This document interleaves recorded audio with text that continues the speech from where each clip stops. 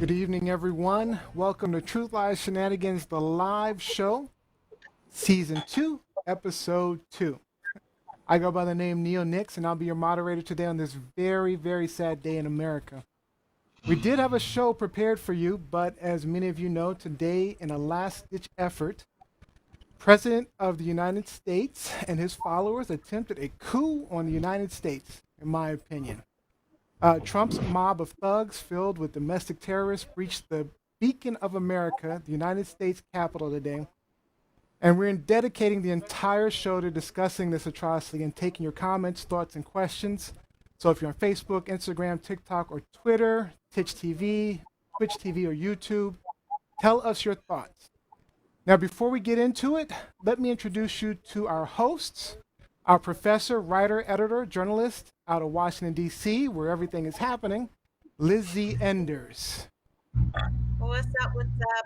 Happy Wednesday. I take it there wasn't much humping going on today. People were glued to the televisions or taking cover, or for those of you who pray, they were praying. But like, Neo said, it was a sad day in America, sad day in our nation's capital. And so we're going to unwrap a lot of that in today's show. Absolutely. And our rock star with the band Fallen Machine, coming to you from Sudbury, Ontario, we have Robbie Rock. What's up, everyone? Hope everyone is safe and well and staying situated at home and just kind of keeping on top of all this madness that's happening today, and looking forward to your comments and questions as we dive into this conversation tonight. Absolutely. And streaming from Atlanta, Georgia, our model, actor, and college student, Gianni Storm. Blame Gianni. Blame Gianni. She did a lot of work. She did a lot of work to get those two elected, though. Yeah, exactly. So, everybody, I hope you're doing good today. And we have a lot to discuss today. So I'm not gonna hold up your time with talking about me. So let's get into it. All right, and joining us again, Mayor Patrick Wojahn, College Park, Maryland Mayor. Thank you so much for joining us, Patrick. Good to be here. Good to be here. Thank you, Mayor. Now, some of you guys may or may not remember Patrick. Patrick has joined us on several shows now and given us a little perspective from as an elected official. So he'll be joining us today. So Patrick, would you like to kind of introduce yourself to some of the new audience members we have? Sure. So thank you, Neo. Patrick Wojahn, Mayor of the City of College Park. I actually live just down the street from Neo. Yep, literally. So he's a constituent of mine. Less than a block away. That's right. I run past his house when I go for my run every day. So I've been mayor for a bit over 5 years now, and the City of College Park is just outside of Washington, D.C., so we are not far from the action, as the case may be. But great little suburban community out here, and I'm happy to be here. Well, thank you for bringing your perspective, because time like this, we kind of need some different perspectives. So if you've never been to TLS before, let me tell you a little bit about us. We like to share our truths and opinions with you, call out the lies out there, and point out the ridiculous shenanigans going on, like what's going on now. Now, we usually try to have some fun with some shenanigans of our own, but this is a pretty serious topic that we need to discuss, so it may not be as many shenanigans as we normally have. But we will try to get through some discussions, and we'll try to get to a lot of your comments and your questions online. So please make sure you are commenting. Our show streams live just about everywhere: YouTube, Facebook, Periscope, Twitter. And this season, we're doing TikTok, Instagram, and Twitch TV as well. Just make sure you're searching at TLS Live Show. And make sure you share it out, because there's a lot of people that want to discuss what we're talking about tonight. So share it out to people so we can get the word out and have some people have some conversations on this. Don't forget, you can also subscribe on Google, Alexa, Pandora for our audio version of the podcast. All right, let's jump into it, guys. We had a rough day.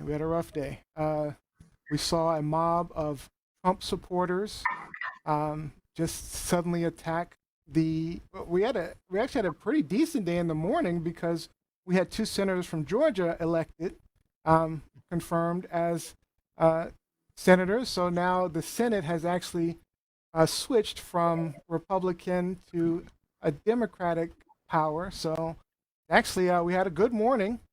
And then, of course, Trump had his little rally with his supporters. And shortly after that, they stormed the Capitol while the Congress was actually voting, but not voting, they were counting the electoral votes.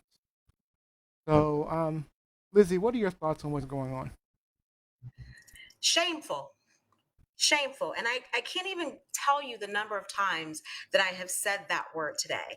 As it was happening, as it was unfolding, as I was engaging with people online, as people were checking in to make sure that I was okay, because I do live in DC proper. You can see I have a view of the Capitol from my building, from my window, even though I couldn't really see what was transpiring, what was taking place. I have a view of the actual building, but not the surrounding areas outside of the building. So I didn't see any of the protesters. However, early this morning, I could hear the helicopters in anticipation of possibly what was going on, trying to keep an eye on the crowds, if you will.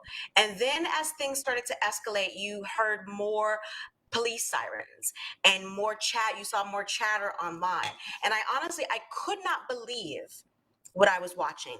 I could not believe what was unfolding. Even as before we got word that it was happening, when they were talking, when they were trying to certify the votes or attempting to certify the electoral votes in Congress, once they were fine with the first two because they went alphabetically. They were fine with the first two because they were in favor of President Trump.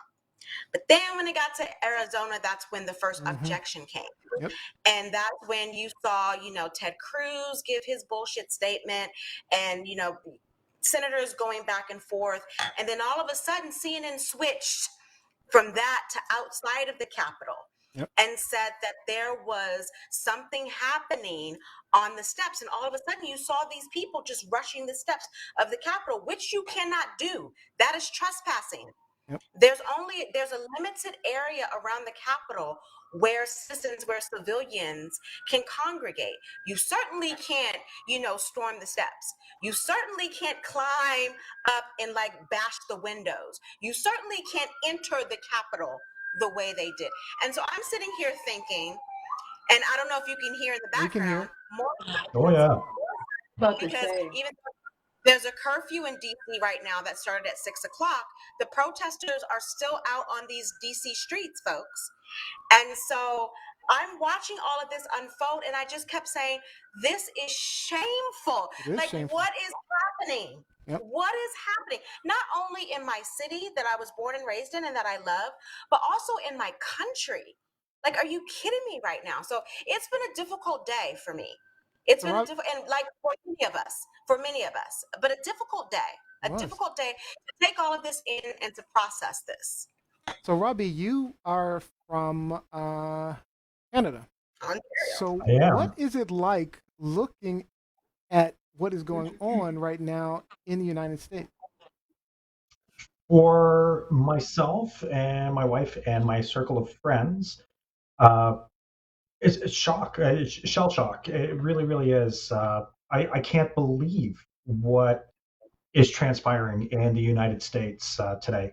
It's absolutely, like Liz was saying, it's absolutely shameful.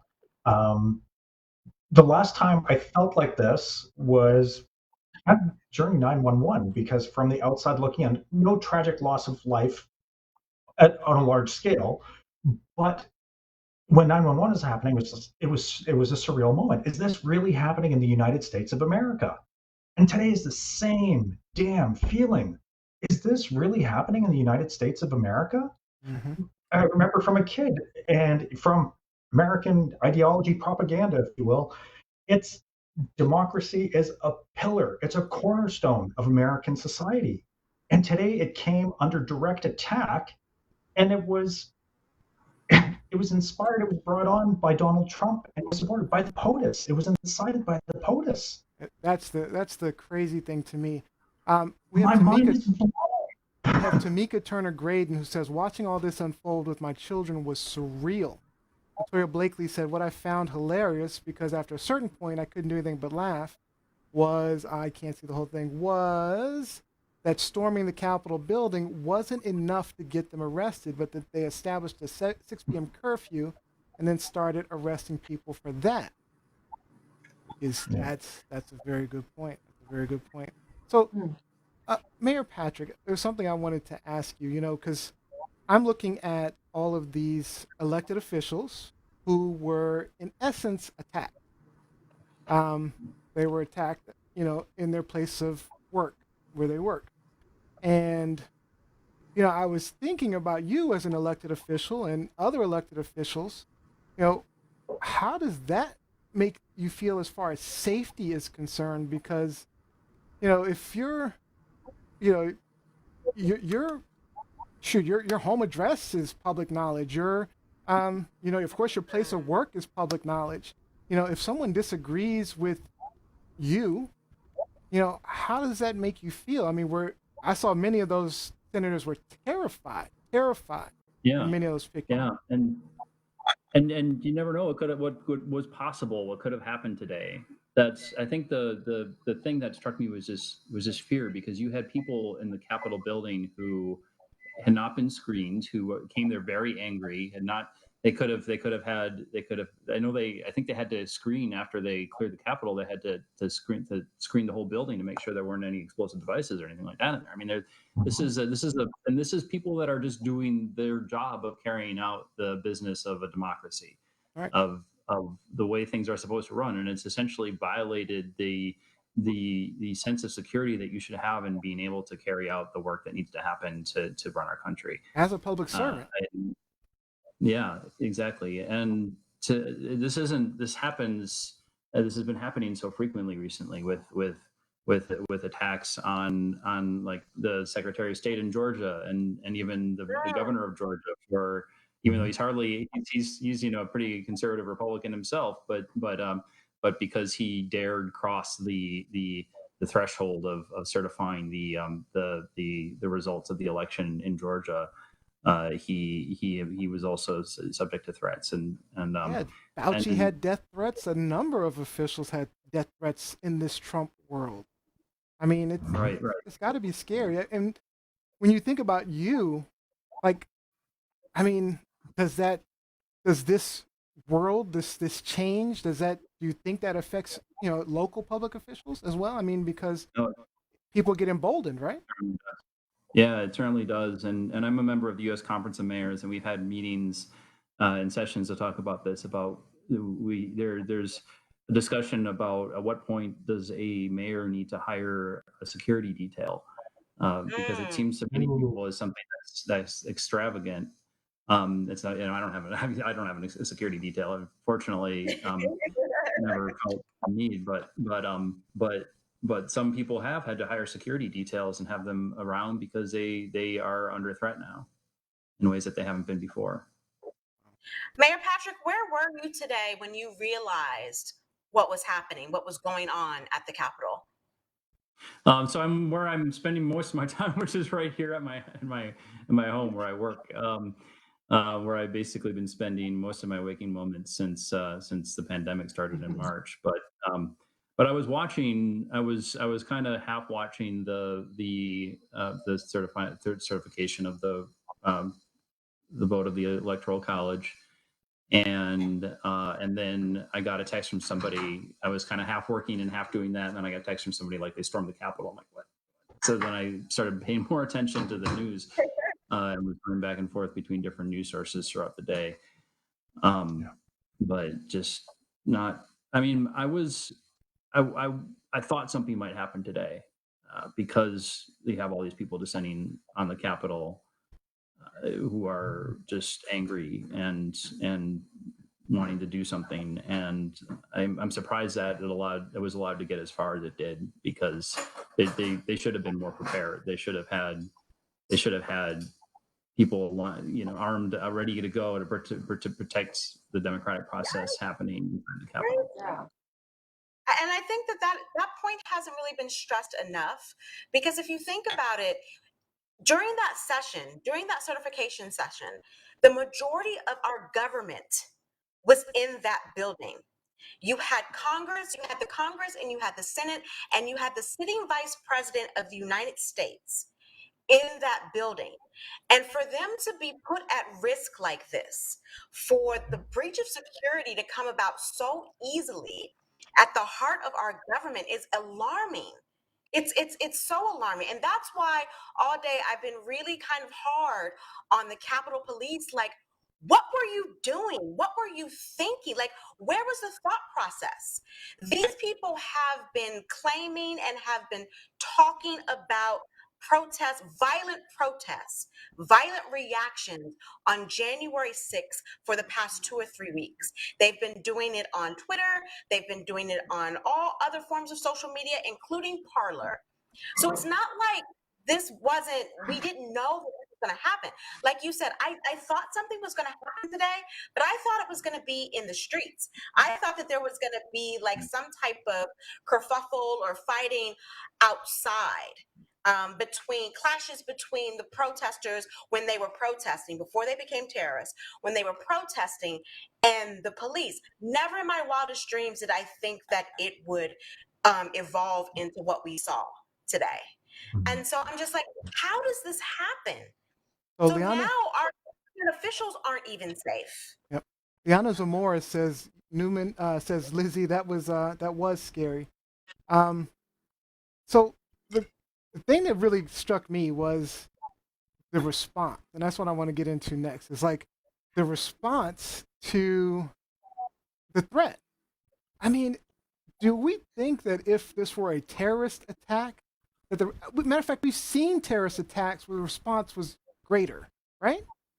I mean, I'm not going to get it. We can go to the protest in a minute, but peaceful protests where the response has been greater. But, like, yeah. In DC. But I'm just saying we've had like all I'm saying is like because there've been attacks on people storming the Capitol before. There's been people storming the White House, storming other places of business, and the response is like immediate. And I'm watching it. It took several hours for anyone other than the Capitol Police to show up. Yeah. Let me just correct that for a second, because the last time the Capitol was under siege, under attack like this, was in 1814 during the War of 1812, when the Capitol was burned. Like this, yes. We've had bomb threats. We've had people try to take guns into the building. Nothing like this. No, nothing like this. Certainly not this. But even with those minor issues, we've seen a greater response, which was surprising to me. Of course. Yeah. And then, of course, we need to talk about the protests. So go ahead, Lizzie. You were bringing that up. Oh no, Gianni hasn't spoken yet. Yeah. No, I was just going to say Pence had mentioned something about the swift efforts of the police force. So I was like, swift where? like how long did it take? And just recently, I think after 6 p.m. it died down. But that's because of the curfew, though. But right. But they still haven't been arrested. Like, curfew means get your ass off the street and get home, or you will be arrested. There are still protesters marching on the streets of Washington, D.C. Like, yeah, they have pushed them back away from the Capitol, but they're not adhering to the curfew. Mike Wolf says this was a terrorist attack, which I totally agree with. This is a domestic terrorist attack. Yeah, because it's not the Republicans, it's Trump supporters. You know what I mean? So and let me tell you something, like led by the President of the United States.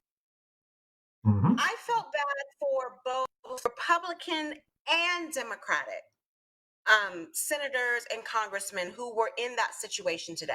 Like, they didn't deserve this. They did not deserve this at all. Any one of them could have been harmed. And I just don't understand why there aren't or weren't better protocols put in place to protect from this. Mike Winter says the Capitol Police protected the elected officials swiftly, but they didn't swiftly protect the building itself. Great point. Well, then there was a reporter from CNN today that was attacked, and his equipment was damaged. Saw that. And I mean, I have an image of that. And one of the things that one of the protesters commented to that reporter, said something to the effect of, pointed to the police and said, "They don't care about you. They only are here to protect the elected officials." Yeah. And they might have, yeah. I mean, the police might have jumped in and protected him more quickly, not allowed him to be. The press are there for a reason, and they need to be there, and they need to cover this for us. And for them to be at risk is scary as well. Yeah. But Yeah. but even think about the lax. I mean, once the terrorists were inside and they were roaming the rotunda, and then they got on the Senate floor and they were sitting at people's desks and they were taking pictures and they were running around with Confederate flags and doing all these things, there was still a lax response from the Capitol Police, to the point where I saw one picture earlier today where you saw a bunch of protesters walking by the Capitol Police and they're doing nothing to prevent them from doing that. It was almost as if it was a scheduled tour. Then there was a picture of some protesters who were taking selfies with members of the Capitol Police. And so it's just like, I don't understand what is happening here in our democracy as we, think about protecting our government. Rob, you had your hand up? In defense of the Capitol Police, they were greatly outnumbered because they didn't have the necessary forces from the outside to support their efforts. If you are two law enforcement officers and you're faced with a mob of hundreds or thousands of people coming through your breach point, the only thing you can do is stand back, observe, and report. If you try to act on an already angry mob, Yeah, you they're could be going to incited react. more. Yeah, that's true. Exactly. And like that's it. But whose fault is it that they were outmanned? I Well, mean, that's horrible. like you said, Liz, this was advertised for days, weeks. So somebody at Homeland Security messed up big, or there was a level of interference by the POTUS directly that essentially neutered law enforcement's response today. There's going to be a full inquiry, and people are going to rule. Yeah, Absolutely. I honestly believe it's possible that someone interfered with decisions on bringing in more police. And I didn't even see the National Guard until 6 o'clock. I think they didn't actually show up. And there was talk about having this National Guard there before the protest started. So where were they? Right? The call for the National Guard initially was denied. Oh, was it? I didn't hear that. Yeah, it was initially denied. But even beyond, so you put the National Guard aside because that's clearly a political call. But what about MPD? What about DC police? Like, yeah, they weren't. It was all Capitol Police, I believe. Mm-hmm. At least from what I was seeing.